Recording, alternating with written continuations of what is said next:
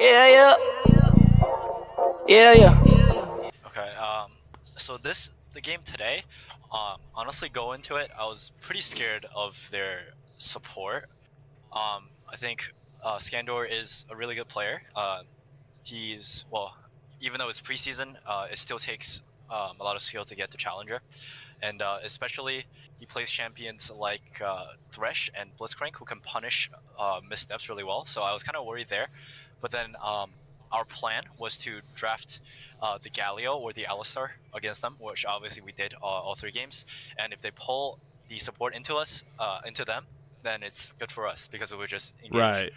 It's like they Um, just did half the job for you. yeah, exactly. So we don't, instead of us flashing on them, they go flash on us for us to engage on them. You know? So yeah, that was part of the plan. And also Laceration, obviously, very good player. Even though he's jungling, there's still the threat being there. And of course, we watch from the games. He's really good at sitting in a bush and just not revealing himself until the very last second. Yeah. He's almost always there with the counter ganks. He has Whisperance's like location down pretty well. Mm-hmm. So even though I think our players, our solo laners, just got prio more often than not, and we were able to win from there. It looks like in game 1 he jungled Ornn. Mhm. How did that go? Because like I like Ornn jungle, but that's kind of like a low elo solo queue kind of thing. You know what I mean? Yeah. When I think it was back in 9.2 or 9.3 where the orange changes come in. I actually tried him in the jungle. Mm-hmm. The thing is, he has to start with the leash. So if he doesn't start with the leash, he gets to the next camp with 25% HP using 1 pot.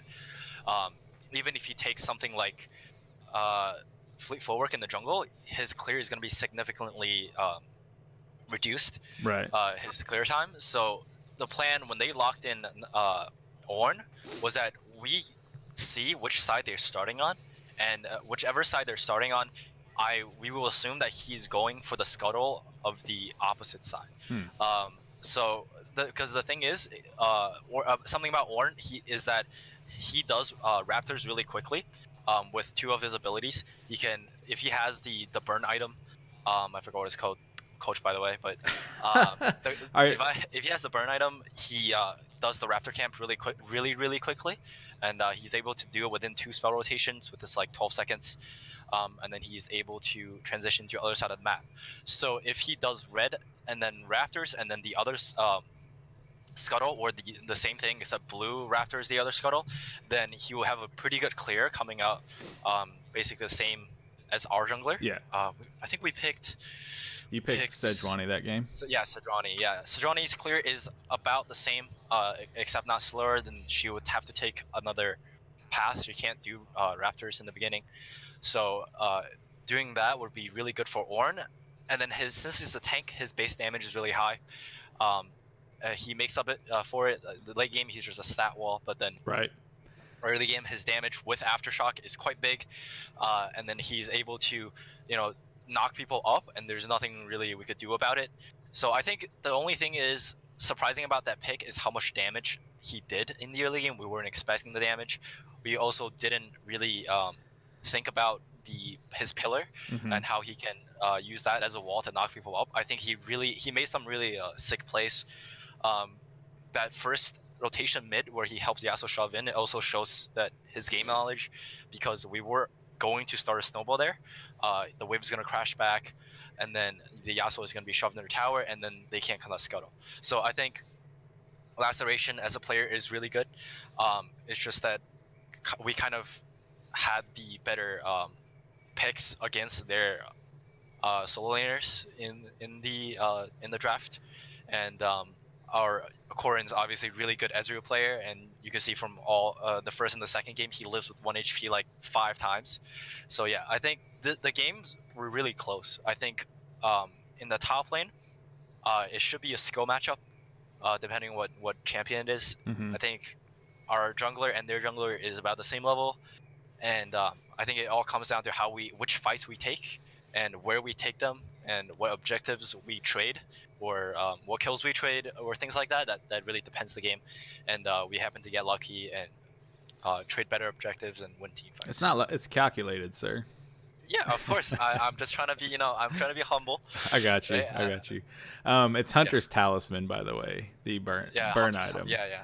Um, The other one's Hunter's Machete. Yeah. Correct. Yeah, I'm a big fan of Talisman, and I'm sure no one will want to hear this part because it's just jungler talk. But like, in my opinion, I mean, I guess it depends on what you're doing, kind of like what you're saying. Like, if you're looking for the AOE camps, like Krugs, Raptors, things like that, Talisman just offers so much, in my opinion, and almost any champ can use it. And plus, like, me being more of the low elo, I have really bad mana management, so like Talisman kind of helps blanket that a little bit, you know what I mean? Machete's good for like Master Yi, but other than that I almost always start Talisman. But yeah, for sure, the Talisman, Ornn has significant mana issues. His clear takes half his mana, so that really helps him.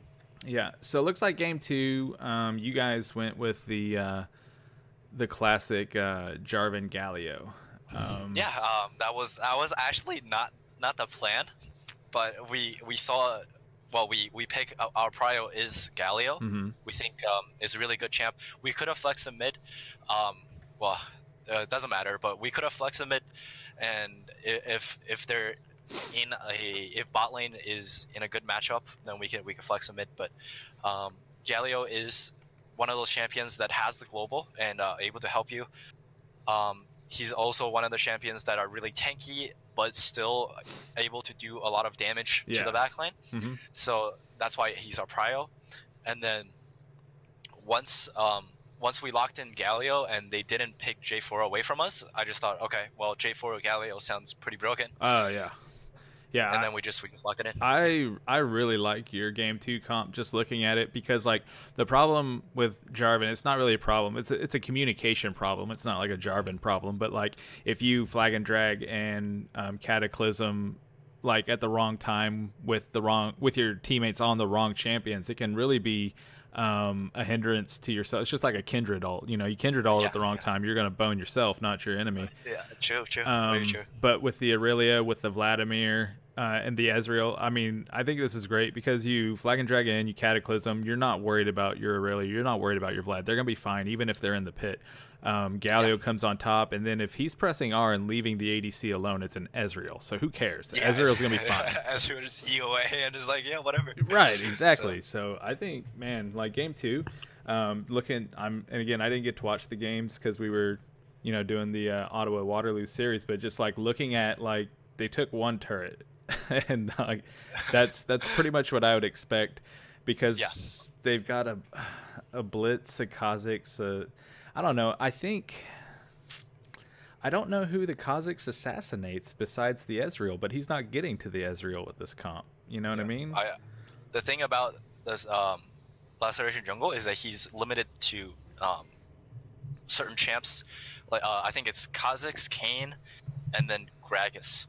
But if he's on those high pressure junglers, well, except for Kha'Zix, if he's on a high pressure jungler like Gragas, then we have we'll play something else. But we kind of forced him into the Kha'Zix here because it is one of his most comfortable champs.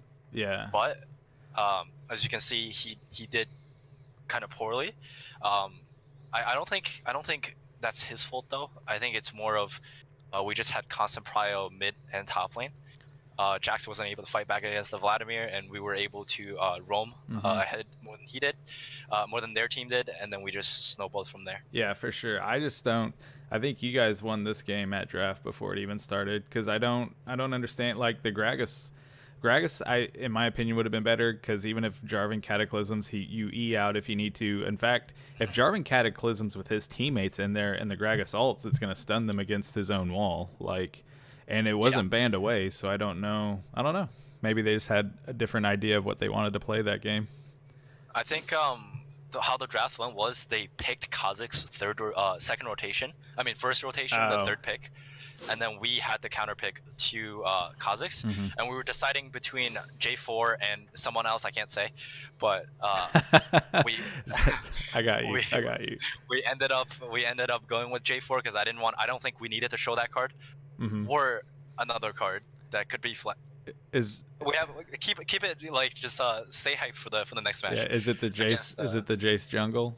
Is that what it is? Possibly. You might be on the right track. You might not be. Who knows? I got it. All right. Looking at game 3 again, like I feel like Whisperance, like is Talia kind of his boo? Like is this like a Whisperance thing? Because obviously it's kind of fallen out of favor with the recent changes, but I've seen it come up in CLOL a couple of times still. So is this something he likes or? Well, the Whisperance, we talked about this. We practice Talia a lot in scrims, and it seems like even though her clear is not as good, even though she's fallen out of the meta, she's still a really good champion that can punish a team with CC. So once we have someone like Ryze where you can CC, I mean, like CC mid, like Laceration, if we W him, he's guaranteed to land. Yeah, guaranteed the seismic shove. Yeah, so someone like Lysandra Talia, that's really good. Renekton Talia is really, really good as well. So those are the things that we practice in scrims. And we were thinking about pulling out this game. As you can see, Renekton first game, it really unlucky Scuttle. That's why Renekton did poorly. But we pulled this game out with the Talia. I think it was the right pick. Even though they have Laceration, the Talon pick gives a lot of pressure on the jungle, right? The Talon can just hop over walls, ward in the jungle with basically no, I guess, no danger. And he'll be able to track the jungler a lot better than any other mid laners, besides like Aurelion Sol. So I think going into this game, I felt like we had to focus around bot lane. And our bot lane did win. And once we were able to snowball mid and top, or any lane was able to snowball, we have we have the scale of the late game for Ryze and Tristana, and then we also had the mid game insurance, mid and early game insurance on Talia and Jace. So I think that was probably one of the better team comps that we had come up with this game. But then there's, like I said, we do have picks that we can't really say, but like, those picks will definitely fit this team comp really well too. Yeah, and I definitely see what you're saying now that we've kind of gone through the lineups on the 3 games. I mean, the Blitzcrank, I'm not gonna say that there's no point in pulling someone, but like the Jace will just switch to hammer form. You know, obviously Ryze doesn't mind too much kind of being in the thick of things, and Alistar, Tristana, rocket jumps out. Like there's just not there's a time and a place for Blitzcrank because he's that one trick pony, but it's a hell of a trick, right? Yeah. If they have like an Ashe or a Jinx, someone you can pull and just dismantle. But I don't see a lot of those opportunities here. I think maybe a Thresh. If you want a hook champion, why not a Thresh or shit? Why not? Yeah. Why not like a Nautilus at that point? At least. I mean, he did pull out the Pyke on game 1, which is quite nice. He did really well on Pyke. I think they should have kept that going. Yeah, for sure. Okay, so it was a 3-0 against York. Really good games. And now, of course, the game that we covered, well, I should say the match, I suppose, Waterloo versus Ottawa, we saw that was a 3-1 that Waterloo took, in my opinion, off the back of really a team effort for decision-making was what I remember that I kept referencing. The fact, like, through the drafts and even in-game, I feel like Waterloo had a set, like, this is what we're going to do. This is how we're going to do it. And we're just going to throw it against the wall and see if Ottawa can handle it. You know what I mean? Yeah. They didn't worry. I mean, they would have red side. They would have a counter pick or something. You know what I mean? But they didn't worry too much. They didn't, like, get all freaked out if, like, a play got made top side. They would just take what they could on the opposite side of the map or try to counter jungle it. You know what I mean? But for the most part, they were on the front foot. They were the team that was, like, you know, going bot, just tower diving it over and over and over, getting Tristana fed in game 2, you know, and just continuing to do that throughout. So, like, I want to say, like, Platoon had a hell of a series. I mean, they all definitely pulled their weight, but, you know, Platoon definitely stood out to me. like getting like Tristana, a late game hyper scaling 80 carry, getting her online. You know, he had his turret gone at like 10.5 minutes. That means he's got all that plate money. He had 3 kills. You know what I mean? So Yeah. she's got an IE and a Zeal, you know, pre 20 minutes, super easy. Yeah, that's With it's a berserkers, yikes for the other team. right? Exactly, with like berserkers, greaves, and everything. So I mean, like if, and I mean, you don't have to like reveal too much, obviously, but Mhm. you know, let's say you end up in a situation that's similar. Are you guys prepared to handle something like that? You know, when you play Waterloo. Mhm. So we are we played Ottawa in regular season, Mm-hmm. and we scrimmed against Waterloo. Mm-hmm. Um, that was quite a while ago. I'm not gonna say any results, but I think what we are good at is we are good at coming back from behind. We're good at picking the team fights that would win instead of lose. So there's um we okay. Let me try to rephrase Sure. this. Go ahead. So back in January, I wasn't the starting coach of the team. Actually, the coach before me quit because I actually don't know what happened, but he quit, and then I applied for the position because I had previous experience in league. I used to play in the Chinese server. Um, I climbed really high there, and I was kind of zoning out. Well, not zoning out. I was kind of like getting out of league, the scene, scene of league, Mm-hmm. because I wasn't interested in climbing anymore, and I felt like there was no inspiration for me to do anything. But other than that, I still wanted to play. Well, not play. I still want to remain like in the scene Yeah. as someone who can help not only like mechanically but also as like a friend. So Mm-hmm. I do know everybody on the team very well, but when they first started, they had a lot of trouble with dealing with solo lanes. Dealing like our solo lanes, including bot lane, would constantly lose, and our jungle was being like taken over for free. So we had a lot of trouble with that. We had a lot of trouble communicating with each other in the beginning, and the thing is, because of it, we are really good from coming behind, playing from behind. We know what to do. We know where to ward. We know when we know what objectives to give up and trade.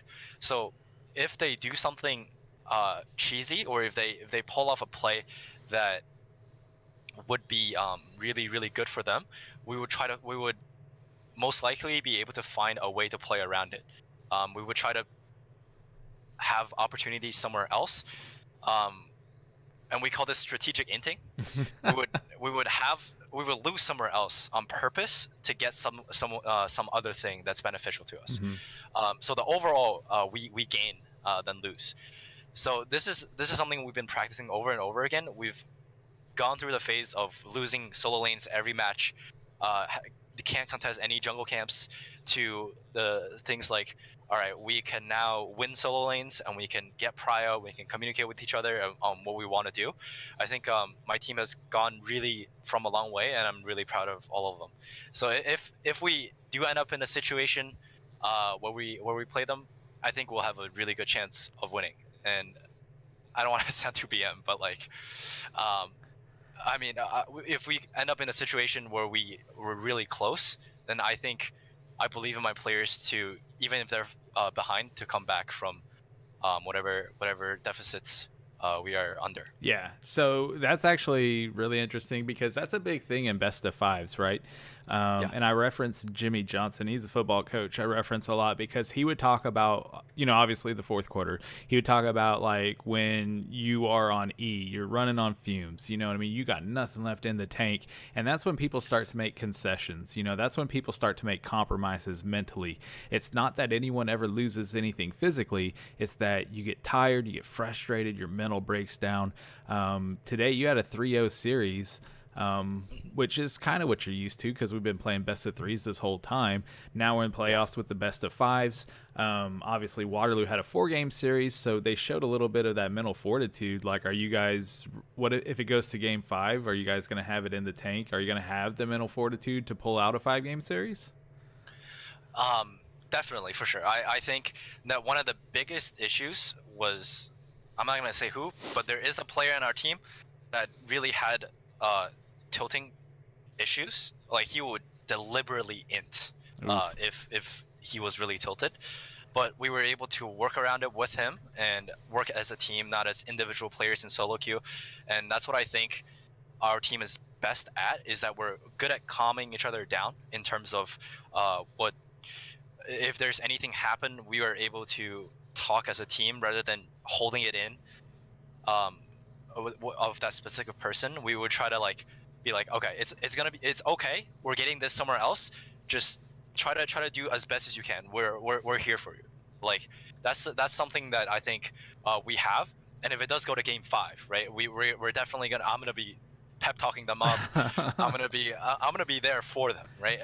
Um, but if it ever comes down to a situation where the game is 2-2 and we're like kind of tired and we're kind of down, I think I'll be the one to give them the fuel, and I'll be the one that bring them back up from their mental boom. Yeah, man, just play the scrapes underneath your speech. You know what I mean? It's like, Yeah. or the Inception theme. You know, like Yeah. you can literally take anything, any kind of vocal audio, put the Inception theme underneath it, and all of a sudden it's just amazing, right? It's like this super motivational thing. So that would be my 2 cents. Let's jump back into the bracket. Now, Yeah. Harrisburg's playing University of Western Ontario. You know, unfortunately, Ottawa's gone, so there's not a way to get the rematch in the finals. But just kind of taking a quick peek at that, like who do you favor in Harrisburg versus Western? Is it the meme lives on with hashtag Harrisburg wins East, or does Western pull off the quote unquote upset here?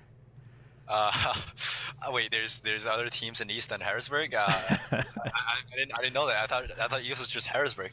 Right. That's why. Yeah. It's But it's not names aside, they call it the East just for short. East stands for Harrisburg. yeah, that makes sense. Um, well, pulling aside memes, I think when we played against Western Ontario, we were able to see what they were able to do. I think if Harrisburg were to, well, they are playing them, but if they want to win fast, I think it's going to be really hard to pull off. I think the person you want to watch out for is Solus. He is, I mean, not Sol. What am I saying? Shorter Ace. I keep. Shorter Ace is the ace of the team for Harrisburg, and he's definitely the best player on the team. I think Hopeful Cutie's up there, but Shorter Ace, in my opinion, is almost as good as our jungler, which is why he's really scary. He's able to punish you for every mistake you do, and especially with the help of the laners, they're really good at. From what I've observed, they're really good at holding lanes in situations where it would be good for the jungler to gank. And I think that with the help of his teammates, I think Harrisburg's Shorter Ace is going to be the biggest threat that Western Ontario is going to have. But on the other side, I think Short Hop also will be the focus of Western Ontario. I think if they're gonna win, it's gonna be through Short Hop. Mm-hmm. I think he's gonna be the star. He's gonna carry, and Julius is gonna be there for him as well. I think those are the big names I want to mention. But obviously, League of Legends is a team game. Right. It's ultimately up to the decisions that make in game, like whether to take the game slow or constantly fight or NARAM mid. Right? that's what we call it when you 5-man mid for 5 minutes for no reason. Yeah. So yeah. I thought that only happened at my elo, but it's nice to know that other higher elos are aware. You should see our scripts. It happens so often. But yeah, I think when they play against each other, it's gonna be a 60-40 for Harrisburg. Gotcha. That's gonna be my prediction. I think it's gonna be 3-1 Harrisburg. And all 5 games are gonna be super close. I think that's gonna be my prediction. Okay. I guess. Gotcha. Yeah. So today was the first day I casted anything longer than like a 3 game set, and Ooh. like game 4, I was like, this looks really familiar because, like, kind of what we're talking about. People get tired. Your decision making, it doesn't get questionable, but it gets loose. You know what I mean? And Yeah. so there were a couple of engages just in the middle of the jungle, kind of for no reason. Maybe they lasted longer than they should have. Like, I mean, whenever people die in the fight, respawn and run back to the fight, maybe we could have like called that thing off at some point.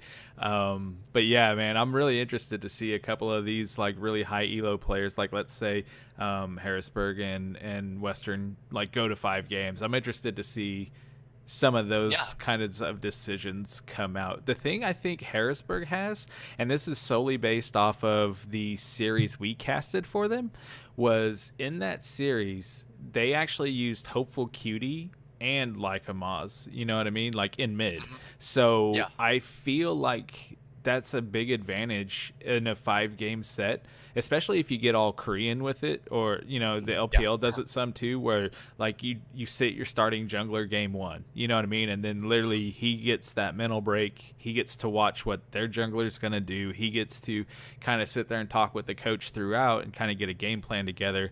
Then they come in game 2, and go on through the rest of the series with like their set game plan of what they want to do.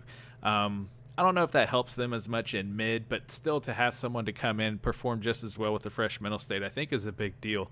Do you guys have anything like that? Do you have a setup with a someone who could step in at jungle or mid or anything like that if someone does kind of take a mental boom?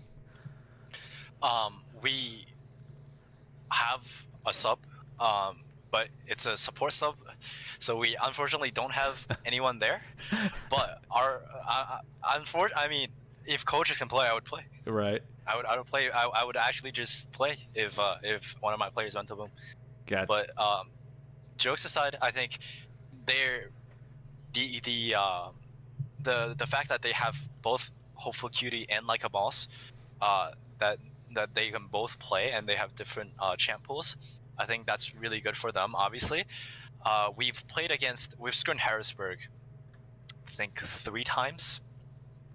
The closest one was like months ago. So we're obviously a different team now. They're going to be a different team too. They definitely improved as well. So from what we've seen, Hopeful Cutie and Like a Boss, we have game plans to counter them. Well, at least I do, and I haven't. I'm not worried about that match yet. I'm not gonna plan too far ahead. Right, I want right. to do that next week when we obviously win. But I like it. I like it. yeah, yeah. But I do have game plans laid out for each of the players, and watching VODs of scrims against them, and watching VODs of what they play, I think I have a pretty good idea of some of their what they like to do, and some of their I forgot the word for it. Tendencies. Okay. Yeah, habits and tendencies. Yeah. So I think we could punish potentially and play around it if it does happen.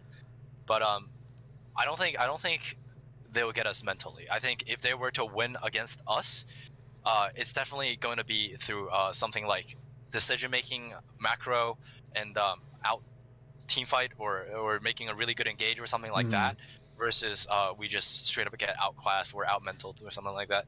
So I'm looking forward to see what Harrisburg can pull out against this team. I think Harrisburg and Western Ontario are both really good teams, and the further they play game 5, the better, because we just see more cards they show. Yeah, actually that's really, you guys got to keep it close to the chest today going 3-0, right? So that there's something to be said for that. Very cool. So outside of that, I mean, we don't want to get too far ahead of ourselves. Definitely Waterloo is a very strong opponent that you need to plan for. But I definitely wish you the best of luck in the series.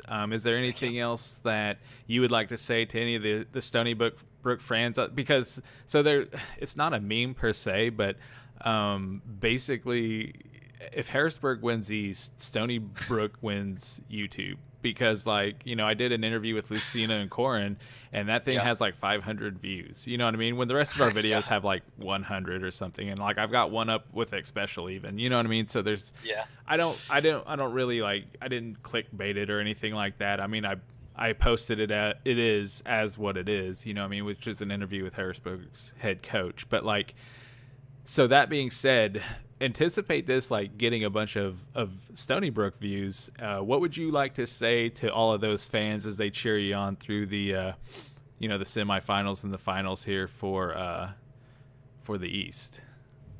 Well, we're gonna be the stars of the East, so Harrisburg better prepare for it. That's all I'm gonna say. Fantastic. I love it. All right, well, Coach Tony, I appreciate you taking the time to talk to me. Yep, thank you. I'm always happy to do these. I wish you the best of luck. You know, I am kind of a Stony Brook homer, I think, because like I love the underdog, I love the Rudy story, and based on all those types of teams that I kind of look at in the collegiate landscape, I think you guys have the best chance of kind of turning it on its head. So I would love to see you make that happen. Not that I'm going to discredit Waterloo or any of the other schools. Yeah, of course. You no know, BM allowed here. No. I want everyone to do well, but at the end of the day, there are no participation trophies either. So that being said, I wish you the best of luck, man. I hope you do well, and hopefully we get to continue to do these interviews because you guys continue to win. Yeah. All right. Thank you for the interview. I will hope to see you again or talk to you again. Yes, sir. Absolutely. Yeah. I'm at the bar going hard with a couple shorties, but that's just the ordinary.